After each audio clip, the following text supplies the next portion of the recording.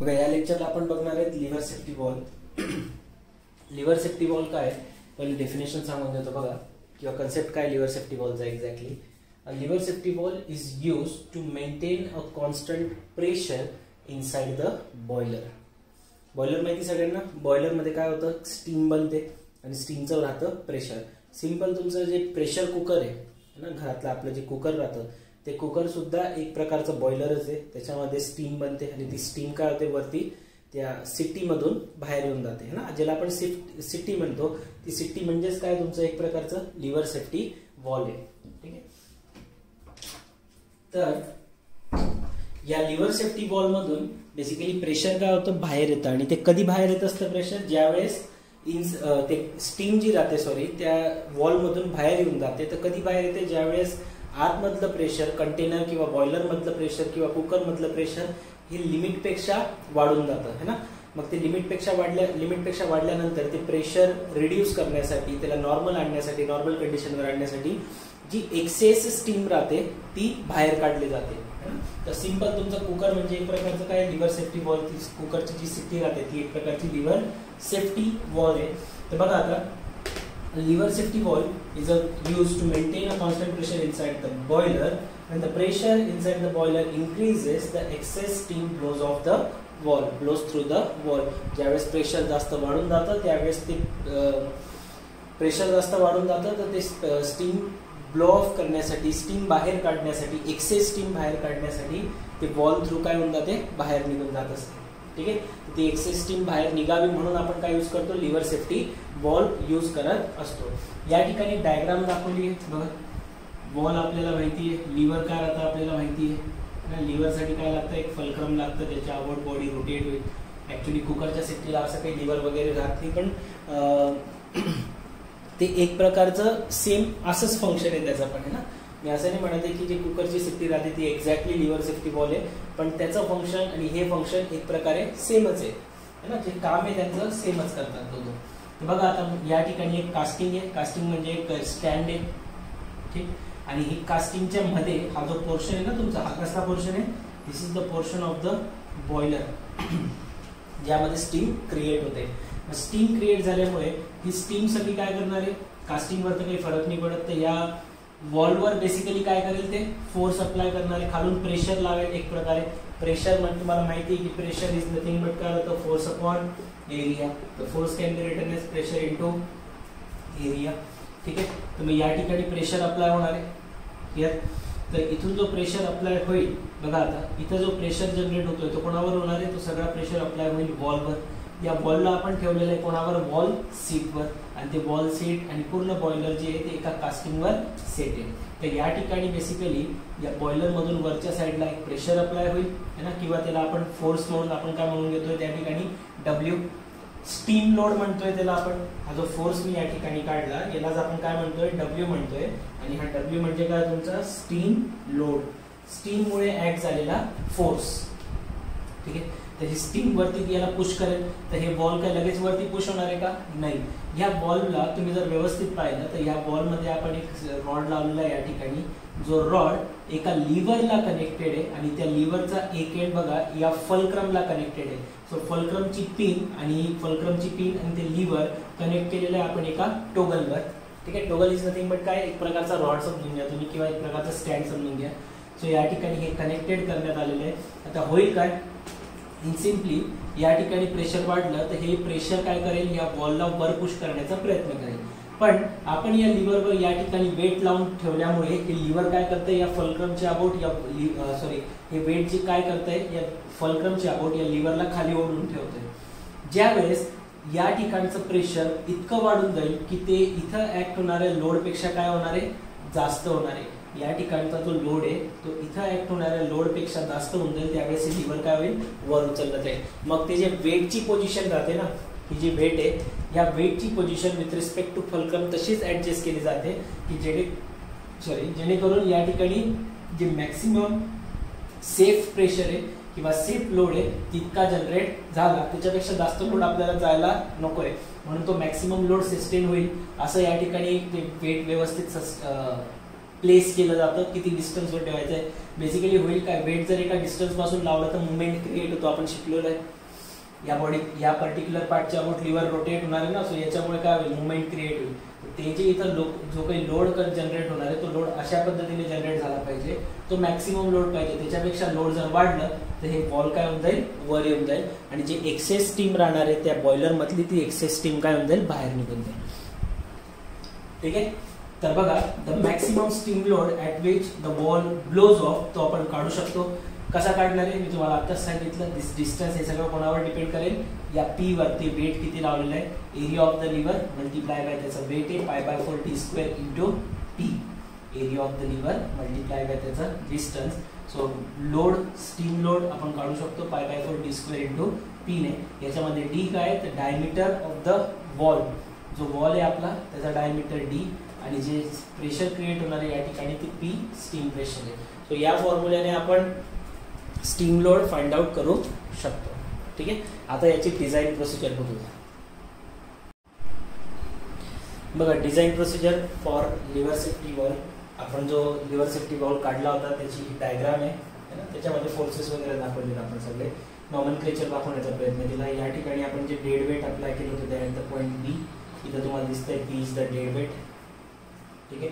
Fulcrum वाला point F, इथं मध्ये जो वॉल लावलेला होता आपण तिथला पॉईंटला आपण या ठिकाणी ए नाव दिलंय. बघा, एक एक नॉमेनक्लेचर मध्ये तुम्हाला सगळं काही लिहून दिलंय, कोणाला काय म्हणायचंय. बघा, डब्ल्यू काय तुमचं, W is the maximum steam load. स्टीमने जो लोड दिलेला आहे खालून वरती तो बॉलला वर पुश करण्यासाठी जो लोड अप्लाय होतोय तो W, maximum steam load.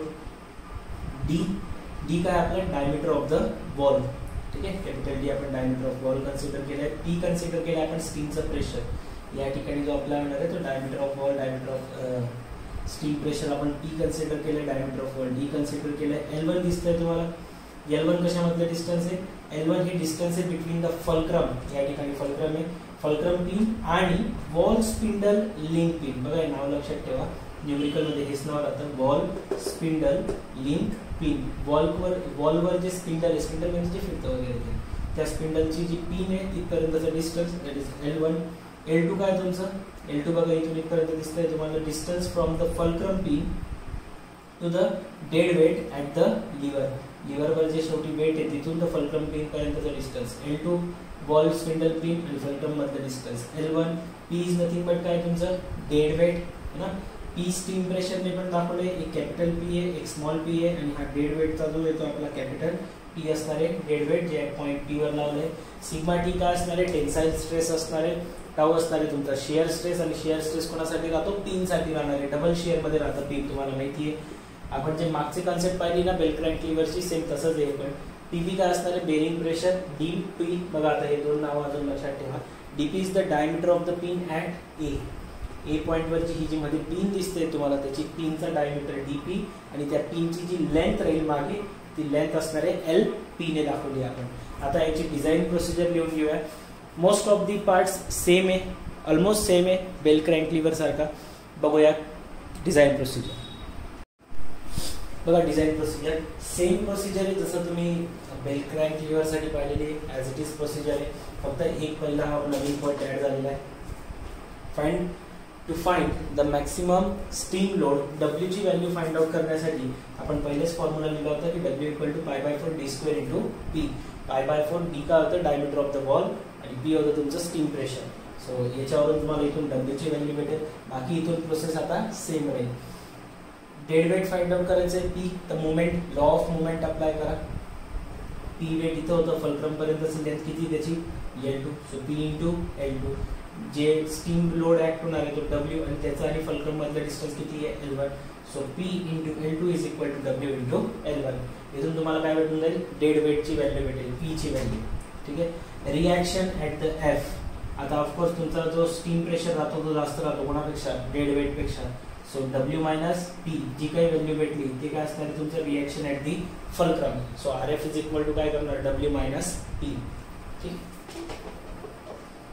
So इथं पुढे to find the dimension of the pin. आता dimension of pin find out करणार, त्यासाठी आपण बेरिंग एरिया, त्यानंतर आपण लोड कन्सिडर करून त्याच्या रिस्पेक्टिव्ह आपण डायमीटरची व्हॅल्यू फाइंड आउट करणार. सो सगळ्यात पहिले dimension of pin at a, जो ए वर पिन होती तुमची त्या पिनचे डायमेन्शन फाइंड आउट करूया. ते फाइंड आउट करण्यासाठी काय लागेल आपल्याला सगळ्यात पहिले बेरिंग एरिया. बेरिंग एरिया सांगितलं होतं मागच्या वेळेस, लेंथ ऑफ मल्टीप्लाय बाय त्याचा डायमीटर है ना, length of pin multiply by diameter of pin, LP into DP. ठीक आहे. लेंथ आणि डायमीटर मधलं रिलेशन जे आपल्याकडे फिक्स्ड आहेच की length of pin equal to काय राहतं 1.25 into diameter of pin. We know that की length of pin is nothing but 1.25 times of diameter of pin आहे. व्हॅल्यू या ठिकाणी पुट करणार. सो बेरिंग एरिया भेटून जाईल आपल्याला 1.25 DP square. As it is आहे बेल क्रॅक लिव्हर मध्ये आपण सेम असंच दिलेलं आहे. बेरिंग एरिया माहित पडला. So load on the pin at a, W load on the pin at a point वर. ए कुठं होता आठवत आहे की डायग्राम, त्या डायग्राम मध्ये जर तुम्हाला आठवत असेल तर ए पॉइंट कुठं होता तुमचा, जिथं स्टीम लोड ऍक्ट व्हायचा. म्हणून स्टीम लोड किती होता आपला W. So load is nothing but काय होऊन जाईल तुमचं bearing area into bearing pressure. So W is equal to bearing area आला 1.25 डीपी स्क्वेअर. बेरिंग प्रेशरला आपण पीबी लिहितो जे आपल्याला क्वेश्चन मध्ये दिलेलं असणार आहे. ठीक आहे. सो इथून तुम्हाला डायमीटर ऑफ पिन माहित पडून जाईल आणि जसं डायमीटर ऑफ पिन माहित पडला you can find the length of pin also. ठीक.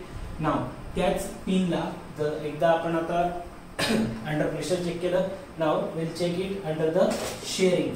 शेअरिंग मध्ये शेअर स्ट्रेस अप्लाय झाल्यानंतर त्या पिनवर काय त्याची डायमेन्शन किती असले पाहिजे ते चेक करूया. So now check the pin for shearing. Shearing मध्ये काय होतं formula same bell crank lever direct as it is. Pin कसं असणार आहे डबल शेअर मध्ये, मधून पण आणि बाहेरून पण.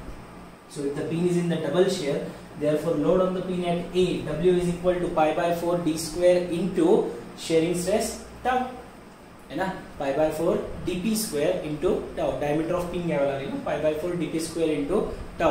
आणि हे जे शेअर स्ट्रेस आपण बघतोय या ठिकाणी हा किती वेळेस ऍक्ट होणार आहे, 2 वेळेस, म्हणून मल्टिप्लायला 2. सेम घेतलं होतं आपण बेल क्रॅक लिव्हर साठी. So bell crank lever part केला याचा अर्थ तुमचा आपोआप design procedure for the lever load safety valve होऊन जातं. फक्त तुमच्यासाठी हा एक नवीन कंडिशन बनेल आणि हे वेट करण्यासाठीचा एक फॉर्म्युला व्यवस्थित बघायचा. ठीक. चल पुढे कंटिन्यू करूया डिझाइन प्रोसिजर. बघा डायमीटर ऑफ आपल्याला पिन माहित पडल्यानंतर diameter of pin, length of pin माहित पडलं. आता आपण फाइंड आउट करूया की ज्या होल मध्ये आपण ती पिन इन्सर्ट केली त्या होलचा डायमीटर किती आहे. जसं आपण बेल क्रॅक लिव्हर मध्ये आपण 3 mm थिकनेसचा एक बुश इन्सर्ट केला होता, तसं लिव्हर सेफ्टी बॉल मध्ये 2 mm थिकनेसचा आपण एक गन मेटलचा बुश त्या ठिकाणी पिन मध्ये पिनच्या वरती इन्सर्ट केलेला असतो. त्यामुळे जो होल क्रिएट होतो त्या ठिकाणी त्या होलचा डायमीटर किती असणार आहे, diameter of the pin plus 2 into 2. ते बेल क्रॅक मध्ये बघून घ्या तुम्ही 2 into 3 लिहिलेलं आहे. 3 याच्यासाठी लिहिलं होतं कारण त्या ठिकाणी बुशची थिकनेस 3 होती, या ठिकाणी बुशची थिकनेस 2 mm आहे, म्हणून 2 into 2. इथून काय भेटेल तुम्हाला diameter of hole at A. Diameter of hole at A भेटल्यानंतर आपण बॉसचा डायमीटर काढणार, आउटसाइड डायमीटर. बेल क्रॅक मध्ये याच्यामध्ये फरक काय आहे तर बेल क्रॅक लिव्हर मध्ये तुम्ही 2 into diameter of the pin करायचे, या ठिकाणी तुम्हाला 2 into diameter of the hole करायचं. डायमीटर ऑफ होल करायचं आहे लक्षात ठेवा. 2 into डायमीटर ऑफ पिन नाही, 2 into डायमीटर ऑफ होल करायचं आहे लोडेड सेफ्टी बॉल मध्ये. ठीक आहे. आणि बेल क्रॅक मध्ये 2 into डायमीटर ऑफ पिन करायचे तुम्ही. एवढी एक कंडिशन लक्षात ठेवा जी या दोघांमध्ये वेगवेगळी आहे. ठीक आहे. सो डायमीटर ऑफ बॉस करण्यासाठी 2 into diameter of hole at A. ठीक आहे. ए पिन वर ए पॉइंट वर जी पिन होती त्याचा फाइंड आउट केला आपण सगळे dimension. Now will check for the fulcrum which is the pin at point F. Same process आहे. सगळ्यात पहिले बेरिंग एरिया काढणार. बेरिंग एरिया काय येईल, diameter of at the fulcrum pin multiply by the length of the fulcrum pin. So DF into LF. एलएफची value length of the fulcrum pin आपल्याला माहिती आहे किती घेणार आपण, that is 1.25 into diameter of the fulcrum pin. So here bearing area बनून जातो 1.25 DP square. Load acting on the fulcrum pin. Fulcrum pin वर आपण पहिलेच काढलं की ए पॉइंट वर डब्ल्यू लोड होतोय, बी पॉइंट वर पी इतका लोड ऍक्ट होतोय. सो दोघांचा रिझल्टंट काढला तर फल्क्रम पिन वर RF इतका लोड ऍक्ट होतो, reaction at the fulcrum RF. तो RF is equal to same formula 1.25 DF square multiply by bearing pressure. ठीक आहे. So bearing area multiply by bearing pressure आपण करणार. तिथून आपल्याला काय भेटेल, इथून भेटेल तुम्हाला diameter of the fulcrum pin. Diameter of fulcrum pin माहित पडलं की you can find the length of the fulcrum pin. बाकी प्रोसिजर सेमच आहे की diameter of hole at the fulcrum काढायचं राहिलं तर diameter of fulcrum pin plus 2 into 2. Diameter of boss काढायचं राहिलं की 2 into diameter of hole at the fulcrum pin. आता लास्ट पार्ट डिझाईन करणार आहोत आपण आणि ते बघणार आहे डिझाईन ऑफ लिव्हर. नेक्स्ट हे बघा finding dimensions of the lever. Dimension of lever साठी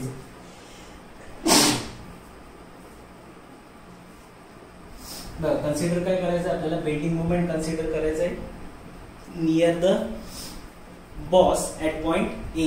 आपण पॉइंट ए वर बघा असा एक पिन, त्याच्या बाहेर एक होल आणि त्या होलच्या मध्ये मी सी पॉइंट लिहून टाकलाय. कदाचित मला आठवत नाही एक्झॅक्टली मध्ये लिहिलाय का, तर मध्ये लिहिला असेल तर तुम्ही डायग्राम मध्ये चेंज करून घ्या. ती जी आपण डायग्राम ड्रॉ केली होती ना त्यामध्ये तो सी पॉइंट ना बाहेर दाखवा, कारण इथपर्यंत सी पॉइंट पर्यंत आपण मुवमेंट घेणार आहे नियर द बॉस. ती thickness of the lever, the width of the lever. हे ऑलरेडी आपण मागच्या याच्यात पण पाहिलंय. बेंडिंग मुवमेंट काढताना काय करणार, that load into distance. Load किती आहे पी, डिस्टन्स किती आहे बी पासून तर सी पर्यंत. बीसी अंतर जर घेतलं आपण तर आपण काय करतोय पूर्ण B F minus A F. इथं तुमचा ए पॉइंट आहे, इथं तुमचा एफ पॉइंट आहे, इथं तुमचा बी पॉइंट आहे. तर बी टू एफ डिस्टन्सला आपण L2 कन्सिडर केलं होतं आणि हे ए टू एफ डिस्टन्सला आपण L1 कन्सिडर केलं होतं. सो पूर्ण B F minus A F minus इथला जो सेंटरचा पॉइंट आहे ए आणि सरफेसवरचा पॉइंट आहे सी, त्या एसीचं पण अंतर मायनस करावं लागेल तुम्हाला है ना. तर मायनस एसी, तर म्हणून काय आलंय P into L2 minus L1 into diameter of the boss at the hole, diameter of the boss at the A divide by 2. तेवढी रेडियस आपण मायनस करतोय. झेड ची व्हॅल्यू तुम्हाला माहिती आहे 1/6 TP² राहते आणि maximum movement bending movement M upon Z साठी आपण हे दोन्ही इक्वेशन पुट केले. आणि लास्टला जी विड्थ राईट लिव्हरची ती कन्सिडर केली जाणार आहे 4 times of the thickness of the lever. तर ही कंप्लीट डिझाईन प्रोसिजर आहे for the loaded lever safety valve साठी. आता याचा न्यूमेरिकल बघूया आपण. चला बघा क्वेश्चन काय दिला आहे. A liver loaded safety wall is 70 mm in diameter. So आपल्याला वॉलचा डायमीटर दिलेला आहे. वॉलचा डायमीटर आपण कशाने डिनोट करतो, कॅपिटल डी ने. So lever loaded safety valve having the diameter of 70 mm and is to be designed for the boiler to blow off the pressure of 1 Newton per mm square gauge. ठीक आहे. So pressure दिलंय तुम्हाला. So त्याचं pressure is 1 Newton per mm square. पुढे design a suitable mild steel lever. एक लिव्हरची design करायची आपल्याला for the rectangular cross section using the following permissible stresses. सो आपल्याला एक लिव्हर डिझाइन करायचं आहे की जो हे सगळे स्ट्रेसेस सस्टेन करू शकतो. त्यामध्ये तुम्हाला टेन्साइल स्ट्रेसची व्हॅल्यू दिलेली. सगळ्यात पहिले सिग्मा टी ची व्हॅल्यू दॅट इज 70 मेगापास्कल. त्यानंतर शियर स्ट्रेसची व्हॅल्यू दिली आहे 50 मेगापास्कल शियर स्ट्रेस, ज्याला आपण टाउनी डिनोट करतो, दॅट इज 50 मेगापास्कल. त्यानंतर सांगितले बेरिंग प्रेशर इंटेन्सिटी पीबी ची व्हॅल्यू दिली आहे. So bearing pressure intensity is 25 newton per mm square. ठीक आहे. The pin is also made of mild steel. Pin सुद्धा माइल्ड स्टील पासून बनलेली आहे. The distance from the fulcrum to the weight of the lever. Fulcrum पासून the weight of the lever किती दिलेलं आहे इज 880 मीटर. पूर्ण मोठं डिस्टन्स ज्याला आपण L2 ने डिनोट केलं होतं 880 mm दिलंय. And the distance between the fulcrum and the pin connecting the valve spindle links to the lever, म्हणजे ए पॉइंट वरची जी पिन आहे तिथपर्यंतचं डिस्टन्स किती दिलंय 80, म्हणजे L1 ची व्हॅल्यू दिली तुम्हाला 80 आणि डिझाइन करायला सांगितलंय तुम्हाला एक कंप्लीट लिव्हर. ठीक आहे. स्टार्ट करूया मग डिझाइन प्रोसिजर. क्वेश्चनचं काम झालेलं आहे. सगळ्यात पहिले फाइंड आउट काय करणार आपण, सगळ्यात पहिले आपण फाइंड आउट करणार maximum steam load at the wall. Maximum steam load at the wall at which the steam gets blow off. असं काहीतरी लिहू शकता तुम्ही. 6 पॉइंट्स आहेत आपल्याकडे फाइंड डिझाइन करण्यासाठी. सो 1 बाय 1 स्टार्ट करूया. सगळ्यात पहिलं राहील the maximum steam load. W is equal to formula काय होता π/4 d square into pressure P. ठीक आहे. π/4 d स्क्वेअर इंटू P हा फॉर्म्युला आहे आपल्याकडे W चा. मग आता आपण या ठिकाणी व्हॅल्यूज पुट करणार आहे. सो W ची व्हॅल्यू आपल्याला फाइंड आउट करायची आहे. π/4 as it is diameter of the ball दिलेलं आहे आपल्याला 70 चा स्क्वेअर मल्टिप्लाय बाय P. प्रेशरची व्हॅल्यू पण दिली होती 1. So from here we will get the value of W जी की आली पाहिजे तुमची व्हॅल्यू 3850 न्यूटन. 3850 न्यूटन. ठीक आहे. हे काय भेटलं तुम्हाला? The load, maximum load which can apply by the pressure. So maximum load भेटल्यानंतर नेक्स्ट काय फाइंड आउट करणार आपण? डेड वेटची व्हॅल्यू फाइंड आउट करणार.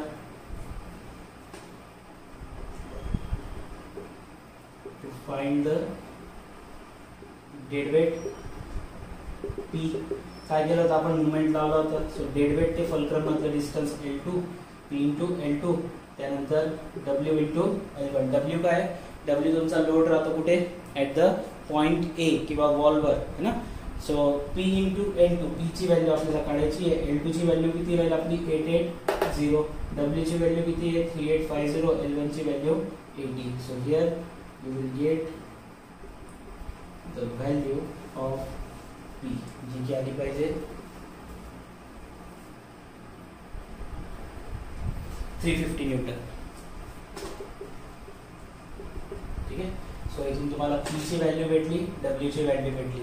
P आणि W भेटल्यानंतर आपण काय काढतो? Reaction at the fulcrum. So here next point तुमचा the reaction at the fulcrum.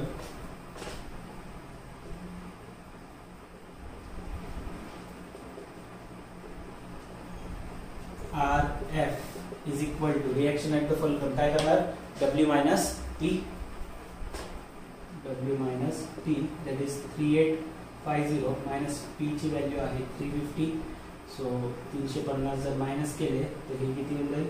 3500 Newton. इथून तुम्हाला RF ची व्हॅल्यू भेटून जाईल. तर आपले W, P आणि RF तिन्ही व्हॅल्यूज फाइंड आउट झालेले आहेत. यानंतर आपण फाइंड आउट करणार डायमेन्शन्स फॉर द पिन. बघूया मग ते कसे फाइंड आउट करायचे. डिझाईन प्रोसिजर तुमच्याकडे ऑलरेडी आहे, तुम्हाला सगळं माहिती आहे ऑलरेडी. फाइंड आउट कसं करायचं बेल क्रॅंक सारखंच आहे ऑलमोस्ट. ना dimensions of pin at a. सगळ्यात पहिले काय लागतं आपल्याला? Bearing area. बेरिंग एरियावरून आपण जातो लोडकडे. मी डायरेक्ट लोडचा फॉर्म्युला देतो. So at point A load किती ऍक्ट होतोय? Which is equal to steam load W. काय लिहिलं होतं आपल्याला? 1.25 इंटू डायमीटर ऑफ पिन चा square multiply by bearing pressure. लिहिलेलं आहे आपण ऑलरेडी आहे ना. 1.25 इंटू डायमीटर ऑफ पिन चा square multiply by bearing pressure. W ची व्हॅल्यू आपल्याला ऑलरेडी माहिती आहे किती आहे? 3850 1.25 dP. ओके. सो बेरिंग प्रेशरची व्हॅल्यू आपल्याला दिलेली आहे 25. सो इथून आपण फाइंड आउट करणार DP ची value. So here that DP square is equal to 3850 divide by 1.25 multiply by 25. So therefore here you will get the value of diameter of the bearing diameter of the pin जी की value आली पाहिजे तुमची. DP ची value किती दिली? 11 point something येते. 11.1. अच्छा 11.1 mm. अप्रॉक्सिमेट करून त्याला आपण 12 mm कन्सिडर करून घेऊ. ठीक आहे. सो डायमीटर ऑफ पिन आपण कन्सिडर केलं 12 mm. इथून आपण फाइंड आउट करू शकतो length of the pin. We know the relation between the diameter of pin आणि length of pin. We know that. So length of pin is equal to किती राहतं? 1.25 into diameter of pin. So 1.25 into length of pin घेतला आपण 12. इथून भेटून जाईल तुम्हाला sorry diameter of pin 12. Length of pin येणार आहे तुमची ऑलमोस्ट 15 mm. 15. सो इथून लेंथ ऑफ पिन पण भेटलं. लेंथ ऑफ पिन भेटल्यानंतर यानंतर आपण फाइंड आउट काय करणार? यानंतर आपण फाइंड आउट करणार आहे डायमीटर, है ना. डायमीटर काढण्यापूर्वी आपण चेक करू शकतो. डायमीटर काढून घ्या आपण. डायमीटर ऑफ होल किती येतो मग त्यानंतर? Next diameter of hole at A. Diameter of hole at A formula diameter of small D. So diameter of hole at A is equal to काय घेतलं होतं आपण? Diameter of pin plus 2 into 2. Diameter of pin किती आपलं? 12 plus 2 into 2 4. So diameter of hole at A किती येतं आहे? 16 mm. आणि त्यानंतर फाइंड आउट करायचं होतं आपल्याला डायमीटर ऑफ बॉस ॲट ए. काय सांगितलं होतं मी तुम्हाला, डायमीटर ऑफ बॉस ॲट ए ज्यावेळेस तुम्ही लोडेडमध्ये काढताय त्यावेळेस इथं काय घ्यायचं आहे तुम्हाला, diameter of hole at A multiply by 2. So 16 × 2 भेटून जाईल तुम्हाला 32. हे भेटलं diameter of boss at A. एकदा चेक करून घेतो मी व्हॅल्यूज करेक्ट आहे का. येस, करेक्ट आहे ना. हे सगळं झाल्यानंतर आता आपल्याला अजून एक कंडिशन बाकी आहे, ती म्हणजे पिनला आपल्याला शेअरिंग मध्ये पण कन्सिडर करावं लागतं. सो आपण now will check for the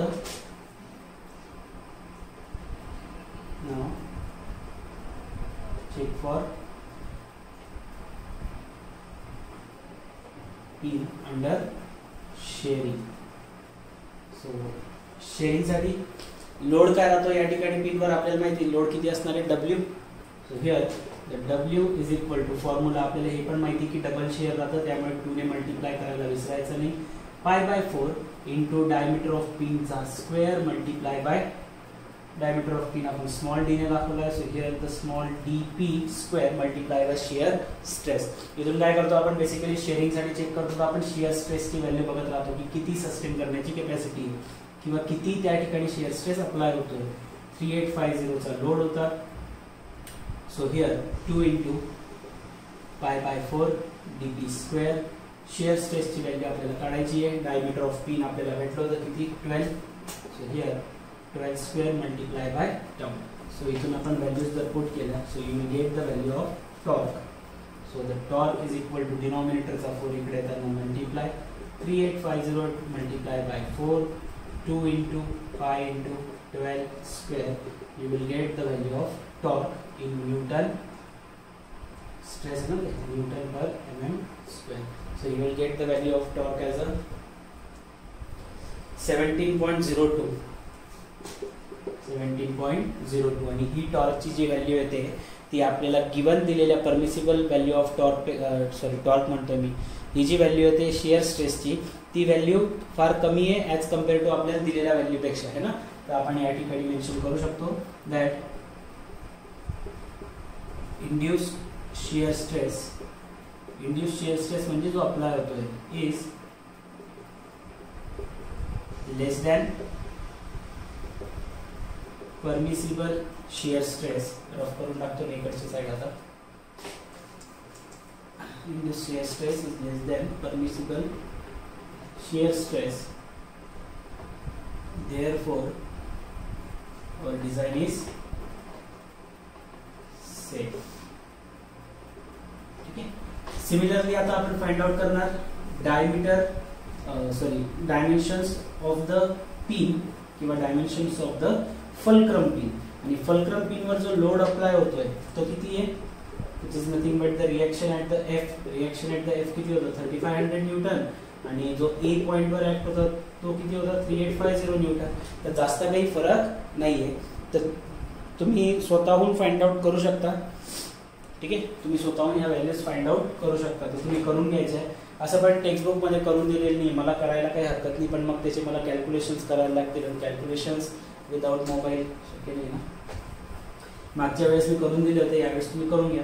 so इथं आपला 5 नंबरचा पॉईंट तोच राहील, that is to find the dimensions of fulcrum pin at F. सगळ्यात पहिले काय करणार, the load at the fulcrum pin is nothing but काय राहतो RF इज इक्वल टू काय करणार, load at the fulcrum pin is equal to bearing area multiply by bearing pressure. So 1.25 dF square multiply by PB. RF ची value किती होती 3500. 1.25 dF square multiply by PB ची value 25. इथून तुम्हाला भेटेल value for the DF. मला नाही माहिती किती आहे.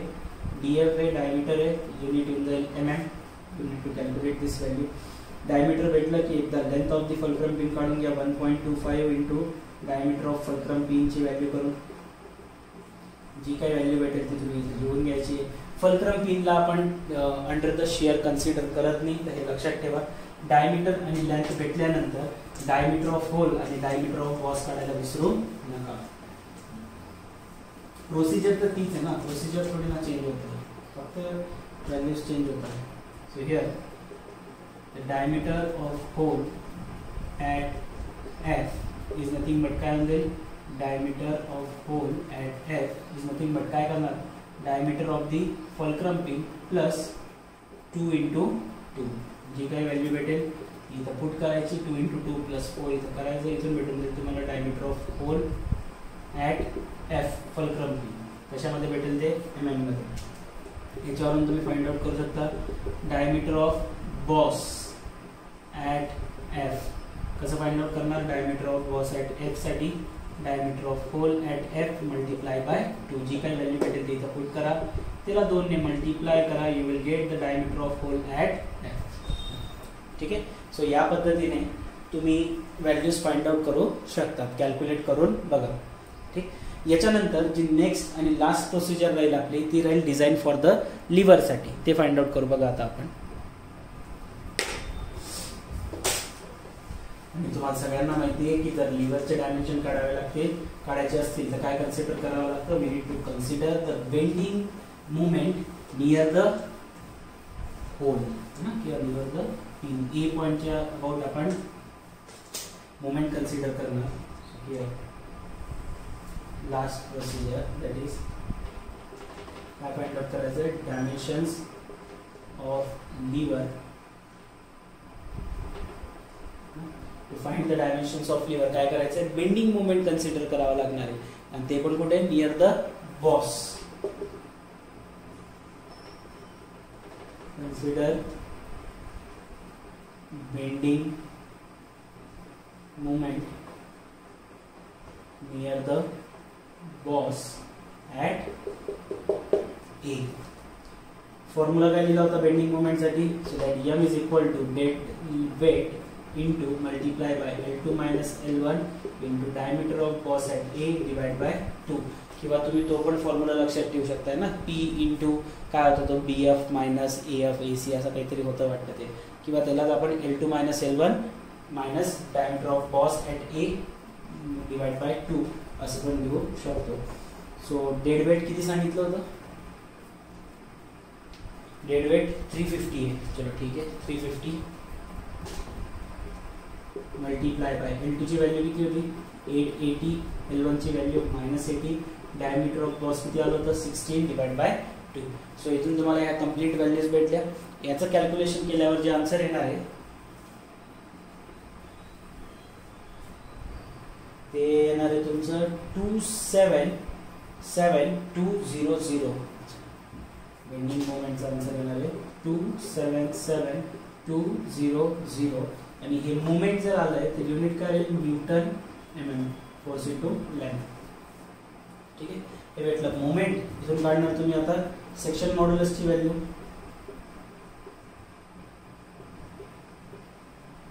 z इज इक्वल टू काय होतं 1/6 t इंटू b². ठीक आहे, 1/6 tb² टाकायचं आहे. अँड वी नो दॅट की b च्या जागी आपण विड्थच्या जागी काय टाकतो 4 टाइम्स ऑफ द थिकनेस याच्यासाठी. So z is equal to we know that लिहून घ्या पाहिजे तर की b इज इक्वल टू काय असणार आहे 4 times of thickness. So z is equal to 1/6 into t into b च्या ऐवजी पुट केलं 40 चा square. So z is equal to 1/6 into 4 square 16 t² आणि t टोटल काय होईल t³. सो 1/6 16 tb³ ही z ची व्हॅल्यू भेटली. So bending moment is equal to काय होईल m/z ना. Bending moment is equal to काय येणार आहे m/z. बेंडिंग मोमेंट दिलेलं नाही पण आपल्याला बेंडिंग स्ट्रेस तर दिलेला आहे. तो किती दिला होता 70. त्यापूर्वी आपण m ची व्हॅल्यू पुट करून घेऊ. m ची व्हॅल्यू किती आली होती 277,200 डिवाइड बाय z च्या जागी 1/6 इंटू 16 इंटू t³ आणि सिग्मा b च्या ऐवजी काय पुट करणार तुम्ही व्हॅल्यू 70. 1/6 16 tb² सगळे इकडे आणून घ्या, मल्टिप्लाय होईल 277,200. t³ ची व्हॅल्यू काढायची आहे तर t³ इक्वल टू 277,200 डिवाइडला चालले जातील हे सगळे 70 इंटू 1/6 इंटू 16 कॅल्क्युलेट करा तुम्ही.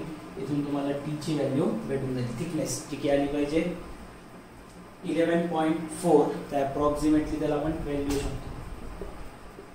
11.4 mm is approximately equal to 12 mm. ठीक आहे. जर ही व्हॅल्यू 12 भेटून गेली तर एक लास्ट बी ची व्हॅल्यू पण काढावी लागेल. बी इज इक्वल टू का आता 4 times of the thickness, so B is equal to 4 into 12 48 approximately 48 ठेवा किंवा तुम्ही 50 पण करू शकता. ठीक आहे. सो हा कम्प्लीट क्वेश्चन झाला तुमचा लिव्हर लोडेड सेफ्टी वॉलसाठी. तर आजचं लेक्चर आपण इथंच थांबूया, बाकी आपण नेक्स्ट लेक्चरमध्ये बघू.